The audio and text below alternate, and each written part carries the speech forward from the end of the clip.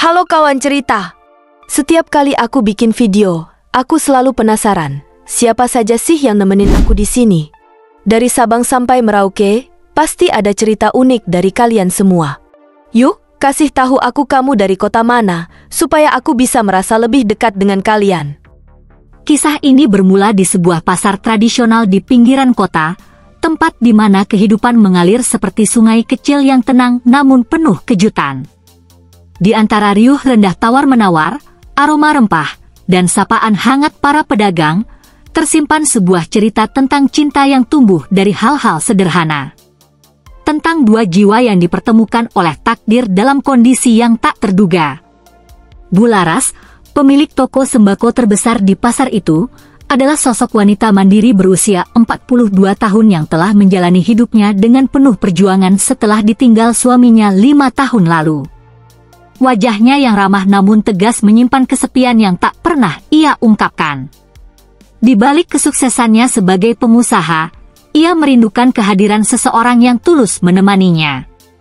Sementara itu, Rian, pemuda sederhana berusia 27 tahun dengan senyum yang menawan, hanyalah seorang anak kampung yang datang ke kota untuk mengubah nasib.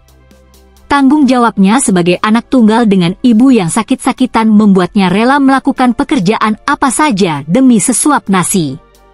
Siapa sangka, pertemuan mereka di sebuah pagi yang sibuk akan mengubah alur kehidupan keduanya. Ini bukan sekedar kisah cinta biasa, ini tentang bagaimana cinta sejati mampu menembus batas usia, status sosial, dan pandangan masyarakat. Sebuah perjalanan tentang keberanian untuk melawan arus demi menggapai kebahagiaan yang sesungguhnya. Pagi itu, pasar tradisional sudah ramai seperti biasa. Bu Laras sedang sibuk menata barang dagangannya ketika seorang pemuda dengan kemeja kusut dan sepatu yang sudah menipis solnya datang menghampiri. "Permisi, Bu. Saya dengar Ibu sedang butuh karyawan untuk angkut barang?" tanya pemuda itu dengan suara pelan namun tegas. Bu Laras mengangkat wajahnya, menatap pemuda itu dari atas ke bawah. Ada sesuatu dari sorot mata pemuda ini yang berbeda, kejujuran dan tekad yang kuat. "Iya benar. Kamu punya pengalaman?" tanya Bu Laras sambil melanjutkan pekerjaannya. "Belum, Bu. Tapi saya kuat dan saya pekerja keras. Saya sanggup melakukan apa saja," jawab Rian mantap. Bu Laras tersenyum tipis. "Baiklah. Namamu siapa?" "Rian, Bu." "Oke, Rian. Kamu bisa mulai hari ini. Ini daftar barang yang harus kamu ambil dari gudang di belakang." Begitulah awal pertemuan mereka. Tanpa basa-basi, tanpa formalitas yang berlebihan. Rian mulai bekerja dengan penuh semangat. Dari pagi buta hingga senja menjelang, ia mengangkut karung-karung beras, gula, dan berbagai jenis barang sembako lainnya. Tangannya yang kasar dan punggungnya yang basah oleh keringat menjadi saksi kerja kerasnya. Bu Laras diam-diam memperhatikan. Ia melihat bagaimana Rian bekerja tanpa mengeluh meski hujan mengguyur atau panas terik menyengat. Bagaimana pemuda itu selalu tersenyum kepada setiap pelanggan. Bagaimana ia dengan teliti menghitung setiap barang tanpa celah. "Rian, ini sudah sore. Kamu belum makan dari tadi," kata Bu Laras suatu hari, menyodorkan sebungkus nasi dengan lauk pauk sederhana. "Tidak usah repot-repot, Bu," tolak Rian dengan halus. "Makan saja. Kalau kamu sakit, siapa yang akan mengangkut barang-barangku?" sahut Bu Laras tegas namun ada kelembutan dalam nada suaranya. Rian akhirnya menerima makanan itu dengan rasa terima kasih yang mendalam. Ia makan di sudut toko sambil sesekali memandang Bu Laras yang melayani pelanggan dengan ramah. Hari berganti minggu, minggu berganti bulan. Rian membuktikan dirinya sebagai pekerja yang tangguh dan jujur. Suatu kali, ia menemukan uang yang terselip di antara karung-karung beras. Tanpa ragu, ia menyerahkannya kepada Bu Laras. "Bu, saya menemukan ini di gudang," kata Rian, menyerahkan sejumlah uang yang ternyata cukup besar nilainya. Bularas terkejut. Ini uang yang saya cari sejak kemarin. Kupikir sudah hilang. Syukurlah ketemu, Bu, kata Rian dengan senyum tulusnya. Saat itulah Bularas mulai melihat Rian bukan sekadar sebagai karyawan. Ada sesuatu dari pemuda sederhana ini yang menyentuh hatinya. Namun, ia menyimpan perasaan itu rapat-rapat. Bagaimana mungkin seorang janda kaya sepertinya menaruh hati pada pemuda yang jauh lebih muda dan hanya seorang kuli angkut? Sementara Rian, ia pun tak pernah berani memandang Bularas lebih dari seorang majikan. Jurang sosial dan perbedaan usia membuat Rian selalu menjaga jarak yang sopan. Ia sangat menghormati Bularas dan bersyukur mendapatkan pekerjaan ini. Bu, saya pamit pulang dulu. Ibu saya sedang sakit, kata Rian suatu sore. Ibumu sakit apa, Rian? Tanya Bularas dengan nada khawatir. Asma, Bu. Kalau cuaca berubah, biasanya kambuh. Ini, bawa obat ini untuknya. Bularas memberikan sebotol minyak kayu putih dan beberapa obat. Terima kasih banyak, Bu. Rian terharu dengan perhatian itu. Tanpa Rian sadari, Bularas mulai merasakan getaran aneh setiap kali mereka berinteraksi. Sebuah perasaan yang sudah lama tidak ia rasakan sejak suaminya meninggal. Seiring berjalannya waktu, Bularas semakin sering memberikan perhatian kecil kepada Rian. Kadang berupa makanan, kadang bonus kecil di akhir pekan, bahkan sesekali meminjamkan motor untuk Rian mengantar barang pesanan pelanggan. Rian, kamu bisa pakai motorku untuk mengantar pesanan ke rumah Bu Haji, kata Bularas suatu hari. Tapi Bu, saya tidak enak. Itu kan motor Ibu. Tidak apa-apa. Lebih cepat kalau pakai motor. Lagi pula, pelanggannya sudah menunggu. Dengan ragu-ragu, Rian akhirnya menerima kunci motor itu. Saya akan hati-hati, Bu. Ketika Rian kembali dengan selamat dan tepat waktu, Bularas diam-diam menghela napas lega. Ada kekhawatiran tak beralasan yang ia rasakan setiap kali Rian pergi terlalu lama. Suatu hari, Bularas tidak sengaja melihat Rian di rumah sakit saat ia mengunjungi saudaranya. Rian sedang dengan sabar menyuapi ibunya yang terbaring lemah. Makan dulu ya, Bu.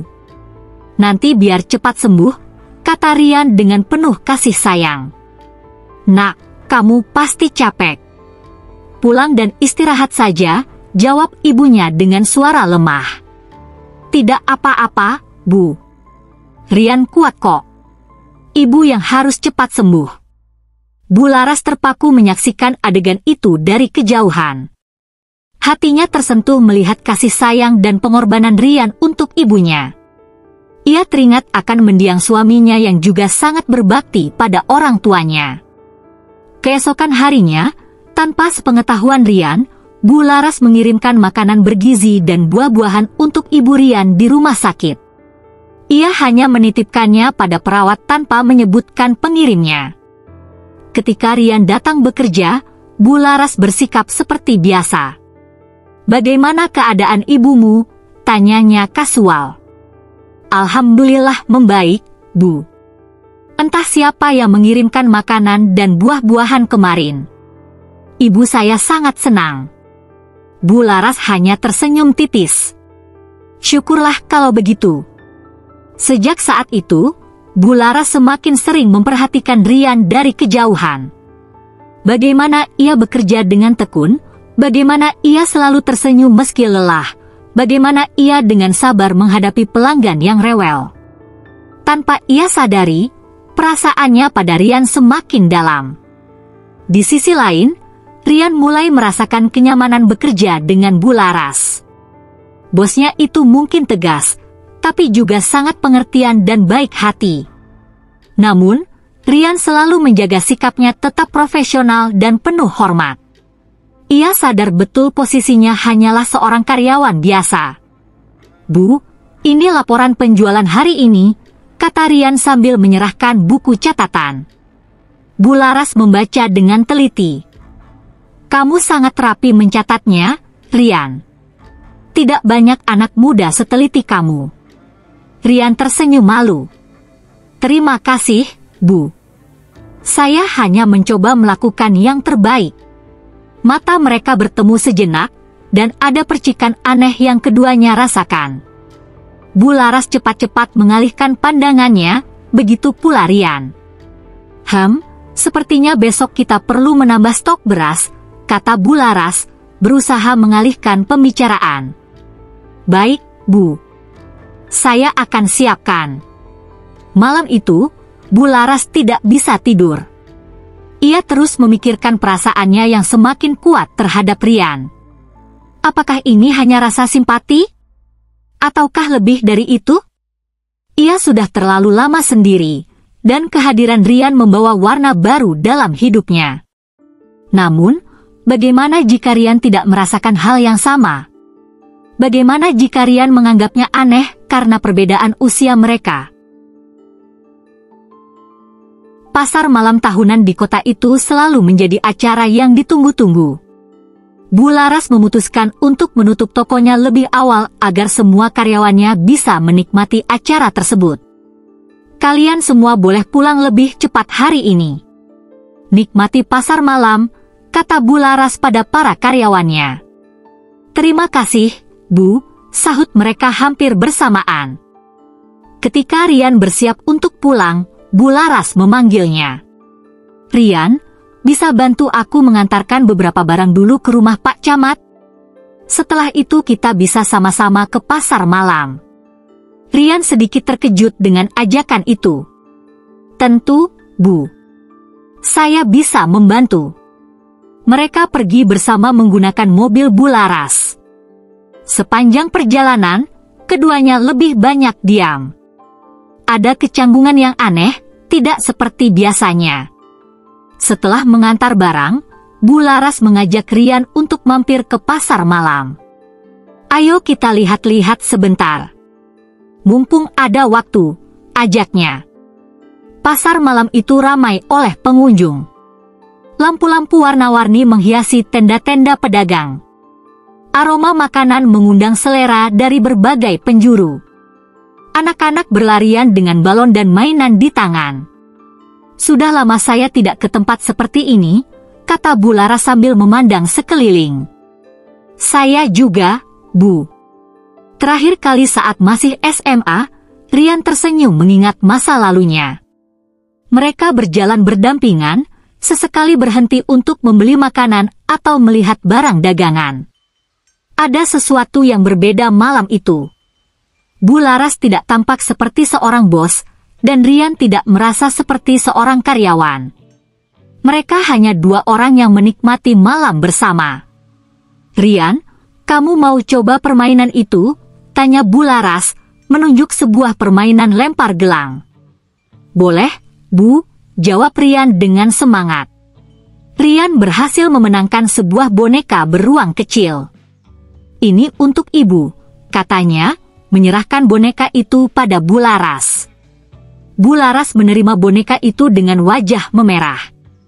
Terima kasih, Rian. Langit malam semakin larut ketika mereka memutuskan untuk pulang. Di dalam mobil, suasana kembali hening. Bularas tampak gelisah, seperti ada sesuatu yang ingin ia katakan. Rian, akhirnya Bularas memecah keheningan. Ada sesuatu yang ingin aku sampaikan. Iya, Bu. Rian menoleh, menatap Bularas dengan penasaran. Bularas menarik napas dalam-dalam. Mungkin ini akan terdengar aneh bagimu. Tapi aku merasakan sesuatu padamu. Rian terdiam, tidak yakin harus merespons apa. Aku tahu ini tidak pantas. Aku jauh lebih tua darimu. Aku janda dengan 2 anak yang sudah kuliah di luar kota. Tapi entah mengapa, aku merasa nyaman bersamamu, lanjut Bularas dengan suara bergetar. Rian masih terdiam, kaget dengan pengakuan yang tak terduga ini. Kamu tidak perlu menjawab apa-apa sekarang. Aku hanya ingin kamu tahu, kata Bularas lagi, mencoba tersenyum meski matanya mulai berkaca-kaca. Akhirnya Rian membuka suara. Bularas, saya tidak tahu harus berkata apa. Saya sangat menghormati ibu. Aku mengerti, Rian. Maafkan aku sudah membuatmu tidak nyaman. Bukan begitu, Bu. Saya hanya tidak pernah menyangka. Saya hanya seorang kuli angkut. Tidak pantas untuk ibu. Bularas menatap Rian lekat-lekat. Jangan pernah merendahkan dirimu seperti itu. Bagiku, kamu adalah pria yang luar biasa. Pekerja keras, jujur, dan berbakti pada orang tua. Rian menunduk, merasa tidak percaya dengan apa yang ia dengar. Tapi Bu, apa kata orang nanti? Mereka pasti akan membicarakan kita. Aku tidak peduli dengan apa kata orang. Yang aku pedulikan adalah perasaanku, dan perasaanmu, jawab Bularas tegas. Mobil mereka berhenti di depan rumah kontrakan sederhana tempat Rian tinggal bersama ibunya. Saya perlu waktu untuk memikirkan ini, Bu, kata Rian akhirnya. Tentu, Rian. Ambil waktu sebanyak yang kamu butuhkan. Apapun keputusanmu, aku akan menghormatinya, kata Bularas dengan senyum tulus. Rian turun dari mobil dengan perasaan campur aduk. Ia melambaikan tangan saat Bularas menjalankan mobilnya. Malam itu, Rian tidak bisa tidur. Pikirannya dipenuhi oleh pengakuan Bularas. Ia tidak pernah membayangkan hal seperti ini akan terjadi. Esoknya, Rian tetap datang bekerja seperti biasa. Bularas pun bersikap profesional, tidak ada yang berubah dari sikapnya. Ia menghormati permintaan Rian untuk diberi waktu berpikir. 2 minggu berlalu sejak kejadian di pasar malam. Rian dan Bularas kembali ke rutinitas normal mereka, meski kadang ada kecanggungan ketika mata mereka tidak sengaja bertemu. Suatu malam, telepon Bularas berdering. Suara di seberang terdengar panik. Bularas, ini Rian. Ibu saya masuk rumah sakit lagi. Kondisinya kritis. Astaga! Di rumah sakit mana? Tanya Bularas khawatir. Rumah sakit umum, Bu. Dokter bilang perlu operasi, tapi... Tapi apa, Rian? Biayanya sangat besar, Bu. Saya tidak tahu harus bagaimana. Suara Rian terdengar putus asa. Tenang, Rian. Aku akan segera ke sana. Bularas bergegas menuju rumah sakit. Di sana, ia menemukan Rian duduk termenung di ruang tunggu, wajahnya pucat dan matanya sembab. Bagaimana keadaan ibumu? Tanya Bularas, duduk di samping Rian. Masih kritis, Bu. Dokter bilang perlu operasi segera, tapi biayanya. Rian tidak sanggup melanjutkan kalimatnya. Berapa biayanya? 50 juta rupiah, Bu. Saya tidak punya uang sebanyak itu, jawab Rian, suaranya bergetar menahan tangis. Bularas menggenggam tangan Rian. Jangan khawatir soal biaya. Aku akan mengurusnya. Tapi Bu, itu terlalu besar. Saya tidak bisa menerimanya. Anggap saja ini pinjaman. Kamu bisa mengembalikannya pelan-pelan, kata Bularas, meski dalam hatinya ia sama sekali tidak berharap Rian mengembalikan uang itu. Tanpa menunggu jawaban Rian, Bularas langsung menuju ruang administrasi dan mengurus semua pembayaran. Operasi bisa segera dilakukan, dan nyawa Ibu Rian terselamatkan. Sepanjang proses operasi, Bularas tetap berada di samping Rian, memberikan dukungan moral. Ia bahkan membawakan makanan dan minuman hangat untuknya. Mengapa ibu melakukan semua ini untuk saya? Tanya Rian suatu malam, ketika mereka berdua menunggu di luar ruang ICU. Bularas menatap Rian dengan lembut. Karena aku peduli padamu, Rian. Sangat peduli.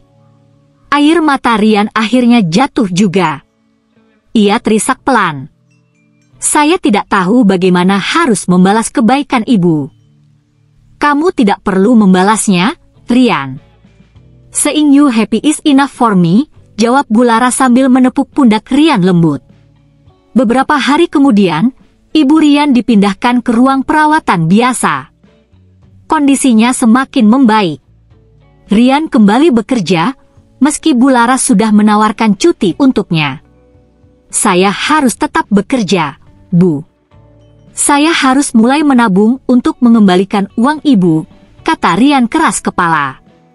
Bularas hanya bisa menggelengkan kepala melihat tekad Rian. Ia semakin mengagumi pemuda itu. Suatu hari, tanpa sengaja Rian mendengar percakapan antara ibunya dan seorang perawat.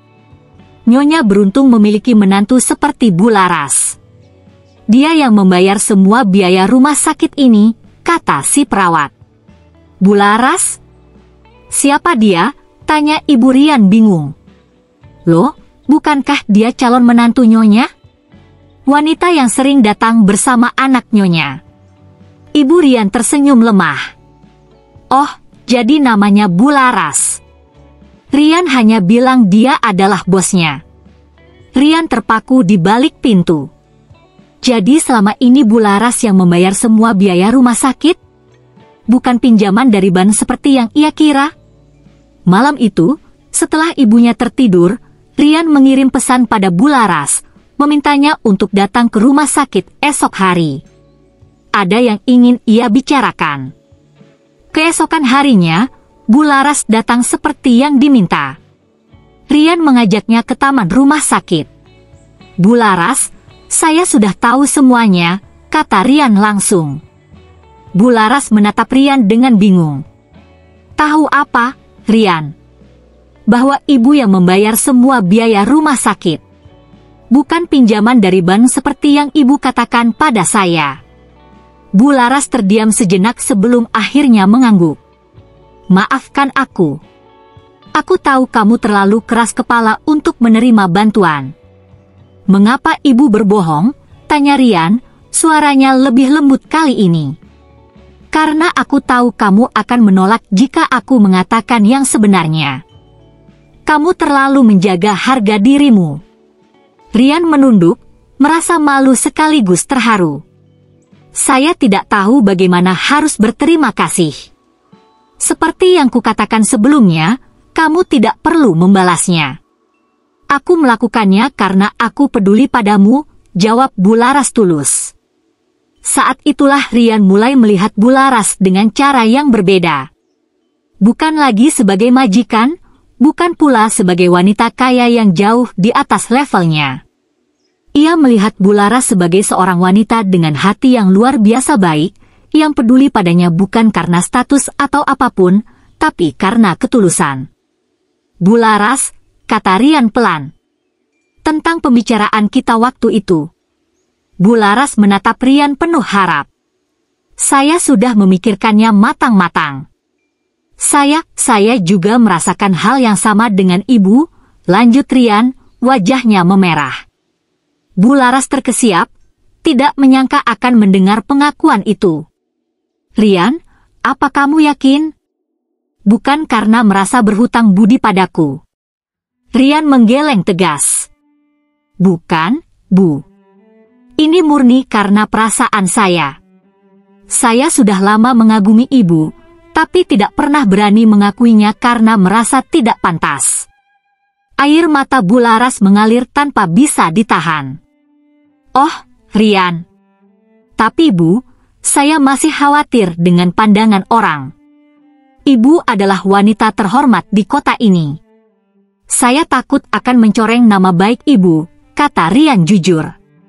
Biar aku yang menghadapi semua itu. Yang penting adalah perasaan kita berdua, jawab Bularas tegas. Berita tentang kedekatan Bularas dan Rian menyebar dengan cepat di pasar tradisional itu. Seperti yang sudah diduga, banyak orang yang membicarakan mereka. Ada yang mendukung, tapi lebih banyak yang mencibir. Masa janda kaya mau sama kuli angkut?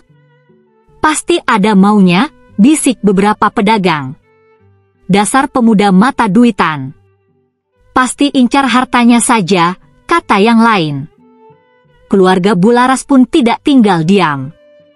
Kedua anaknya datang dari kota tempat mereka kuliah, mencoba menyadarkan ibunya. Ibu, apa tidak malu? Masa pacaran sama orang yang usianya hampir sama dengan kami, protes anak perempuannya. Dia pasti hanya mengincar harta ibu, tambah anak laki-lakinya.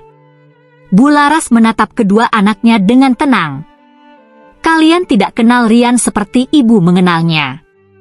Dia pemuda yang baik, jujur, dan pekerja keras. Tapi Bu, dia hanya lulusan SMA. Dia hanya kuli angkut di toko kita, bantah anaknya lagi.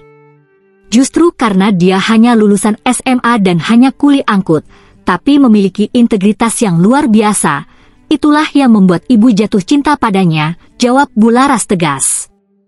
Anak-anaknya terdiam, belum pernah melihat ibu mereka sekeras kepala ini. Kalian sudah dewasa. Ibu tidak pernah ikut campur dengan siapa kalian menjalin hubungan. Ibu harap kalian juga bisa menghormati keputusan ibu, lanjut Bularas. Sementara itu, Rian juga menghadapi tantangan serupa. Ibunya yang sudah sembuh, meski masih lemah, terus mengkhawatirkan hubungan anaknya. Nak, ibu takut orang-orang akan menganggapmu tidak tahu diri. Mencintai seorang janda kaya yang jauh lebih tua, kata ibunya dengan nada khawatir. Bu, Bularas berbeda. Dia tidak memandang saya dari status atau usia. Dia mencintai saya apa adanya, jawab Rian. Tapi nak, apa kamu yakin kamu mencintainya? Bukan karena hutang budi. Rian tersenyum lembut. Ibu, cinta itu tumbuh dari kebiasaan. Dari melihat bagaimana dia memperlakukan orang lain dengan hormat. Dari melihat bagaimana dia bekerja keras meski sudah kaya. Dari melihat betapa baiknya dia pada semua orang, termasuk pada kita.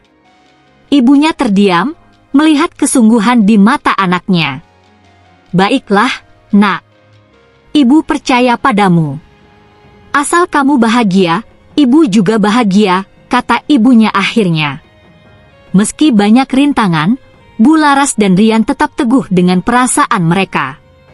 Mereka memutuskan untuk tidak terburu-buru. Rian masih tetap bekerja sebagai karyawan Bularas, meski kini dengan posisi yang lebih baik. Bularas mengajarinya cara mengelola toko, membuat pembukuan, dan berbagai hal lain tentang bisnis. Kamu harus belajar semua ini. Suatu hari nanti, kita akan mengelola bisnis ini bersama-sama, kata Bularas suatu hari. Rian mengangguk penuh semangat. Saya akan belajar dengan sungguh-sungguh, Bu.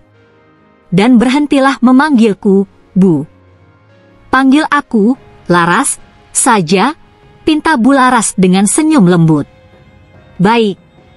Laras, jawab Rian, masih terasa aneh di lidahnya. Bulan demi bulan berlalu. Rian semakin mahir dalam mengelola bisnis.